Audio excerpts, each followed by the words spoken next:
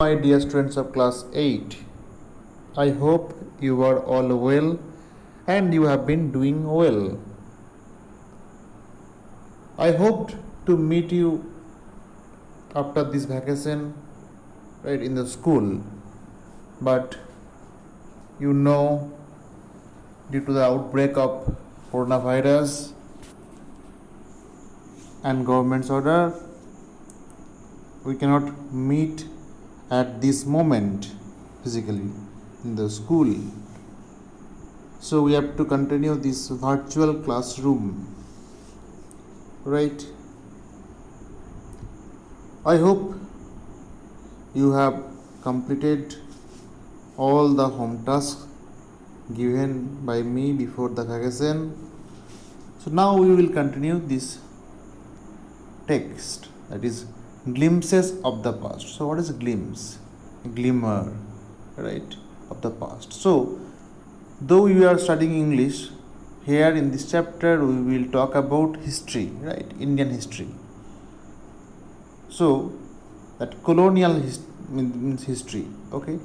So here are some pictorial glimpses. Pictorial means something described with pictures of the history of our country from 1757 to 1857, vital period when actually Britishers became the ruler and they established, right, their colonies and they empowered.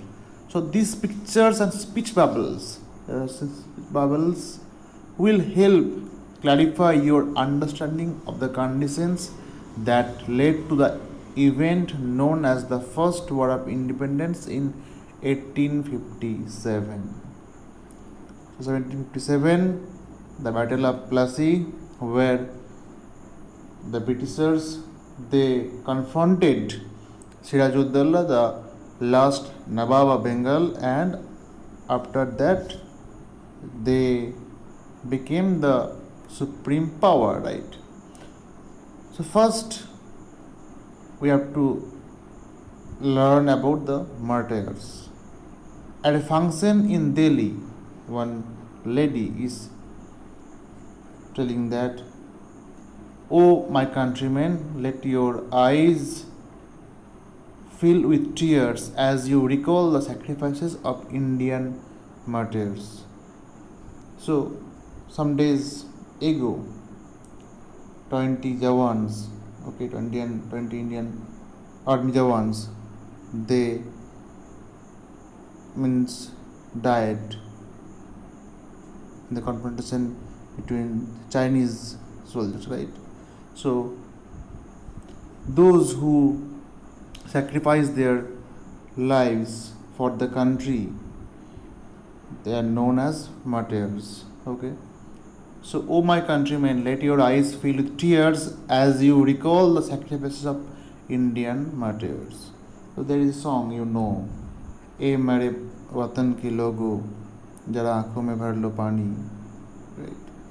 So that song, "Oh my countrymen, let your eyes fill with tears," right, as you recollect the sacrifices of Indian martyrs.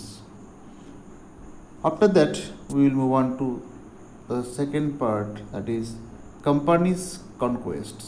The company means East India Company from 1757 to 1849 with its superior weapons, right? The British East India Company was extending its power in 18th century India. 18th century India means from 1700 to 1799, that is 18th century. So British East India Company, they were expanding actually their power in the 18th century India. So you can see the yellow areas in it, that was Indian Princess, okay, and Princess territories, and the only the pink British territory. Then Indian princes were short-sighted. Means they were not far-sighted. They couldn't think about future. That upstart Rajaba call the British merchants or call the English merchants, they will help me to defeat him. Upstart Rajaba means the small princess, okay, or the prince, okay. They were just thinking that to call the English merchants and they will help me to defeat him. So Rajaba called the English merchants to help him. The people had no peace due to such constant fights. Means there were fights among the provincial kings or the prince of small states. They were engaged, okay, with fear, with fights, with wars. So that's why there was no peace.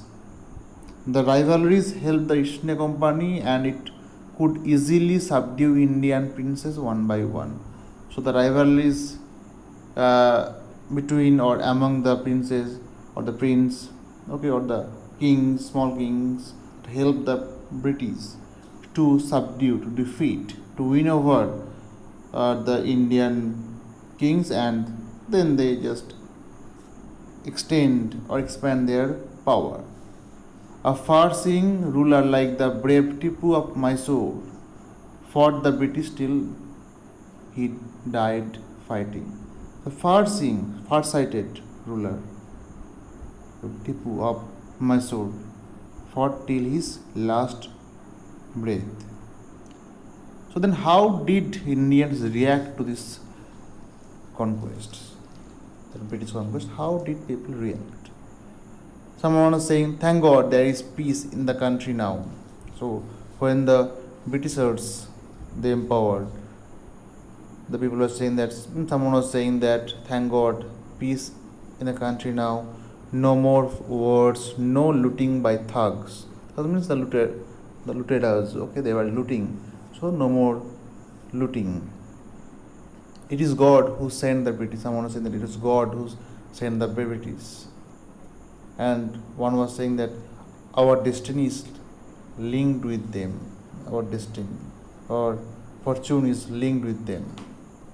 The white man has killed or dethroned our king. Someone was saying that white men, means that Britishers, they killed and dethroned, okay, our kings. And some kings were not good, but after all they were of this land. Someone was saying that some kings, yes, they were not good, but after all they were of this land. And I want to say that now we have become slaves of foreigners. So yes, actually this is the thing. Now the third part, British rule, 1765 and to 1836. What happened in this time period? Religious leaders preached ideas like untouchability and child marriage. They were talking about untouchability, means don't touch others, okay, at higher class, middle class, lower class, and child marriage. Anyone who crosses the seas loses his religion, they were saying that. And all the misery in the world is due to women. From this kind of suppression of women started actually, right? So past there was, but after this period, means they started to empower the male supremacy, the patriarchal society actually. The truth was that Indians had lost self-respect, okay, and the British scorned them. British used to scorn them, don't like them, dislike them. The natives are unworthy of trust, incapable of honesty. They were discussing, true, your honor, but I am honest. So some Indians, instead of protesting, saying that true, yes, it is true that some natives are, the natives are unworthy, but saying that I am honest, end up oiling, right? So being merchants, the British wanted quick profits. Their heavy taxes forced farmers to abandon their fields. Their merchants, they wanted to make quick profits, and they started to collect heavy taxes, and that forced farmers to abandon their fields, not to just cultivate. But your men are taking all my crop. They were saying that you are still in arrears, means you are still in debt, means you have to pay. If you don't pay money next week or pay next week, I will send you the jail, the conversation. So they were just forcing the Indians to just to pay tax, high tax actually. Still, the British invented other methods which gave them more profits. They were just inventing many methods. The goods manufactured in England should not have any import duty when brought to India. They abolished the import duty. For that, the products became very cheap, and that destroyed the Indian industry, actually, Indian the artisans and other things.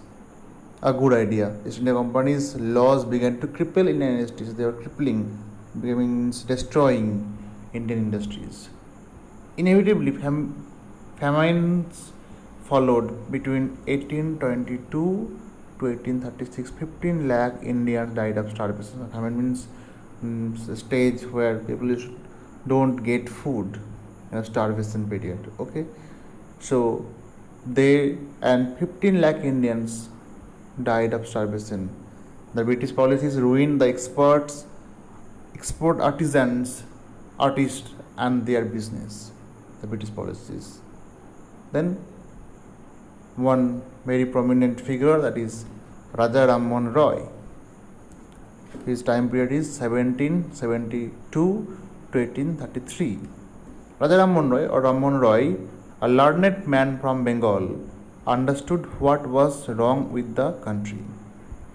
And he was such a learned man, right? So he understood that. And he said, let us not despise ourselves, let us not hate ourselves. Our ancient culture is great. When he was talking about ancient culture, and we are capable of greater achievements. To achieve something great, we must first reform our society. Superstitions have been ruining us. There are many superstitions, okay, and that were ruining them.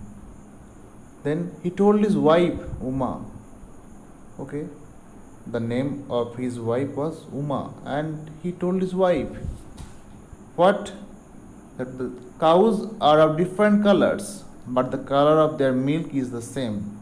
He said that the colors are same. Colors of the milk means the essence actually. So the output is same. Different teachers have different opinions, but the essence of every religion is the same. Means he started to unite that India. Okay, he thought that the essence of all the religions are same. He was attracted by science and modern knowledge.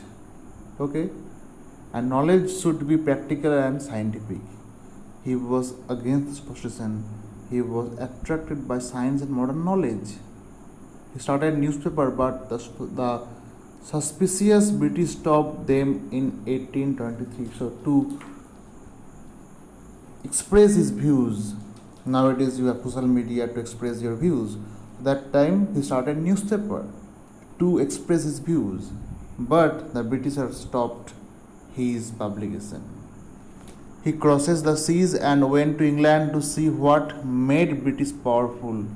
There he told them, we accept you as rulers and you must accept us as subjects. But you must remember the responsibility a ruler owes to his subjects. Then he crossed the seas and he went to England. So he broke that tradition that if you cross the sea, then you will lose the religion. So he broke that tradition, and then He wanted to see what made the British powerful. Then he told them, "We accept you as rulers, yes, but you must accept us as subjects." Rulers means as the kings, the Raja, okay, and subjects means Praja, okay. So those who you are ruling, but you must accept us as your liability, okay, and you must remember that you have responsibility towards your subjects, right? It was the main of India or Indians. Then oppression means that maltreatment, okay. 1765 to 1835, that oppression reached to a peak level, but the British continued to oppress Indians. In 1818, they had passed Regulation 3. Under it, an Indian could be jailed without trial in a court. So they started to oppress, to maltreat, okay, Indians, and in 1818 they passed Regulation 3, and under it, Indian could be jailed without trial in court. They passed this regulation. All the time, British officers in India drew big salaries and also made fortunes in private business. They were just taking high salary and also made fortunes in private business. They were involved in private business. By 1829, Britain was exporting British goods worth 7 crore rupees to India. They were exporting British goods worth 7 crore rupees to India at that time. Worth 7 crores. Think about it. 1829, almost 200 years back, right? So now just think about that money. Governor General Bentinck reported back home, went back to home and reported, "The bones of cotton weavers are bleaching the plains of India." The bones of cotton weavers, they became like they don't have anything. They have skin, they have bones, and they are bleaching the plains of India. They were just cultivating in India. The British prospered on the company's loot, while Indian industries began to die. And they were prospering, they were progressing, and the Indian companies were beginning to die. Okay. So and then Governor General Bentinck reported back home and said, "The bones of cotton weavers are bleaching the plains of India." They are cultivating. That's all for today. We will continue in the next class.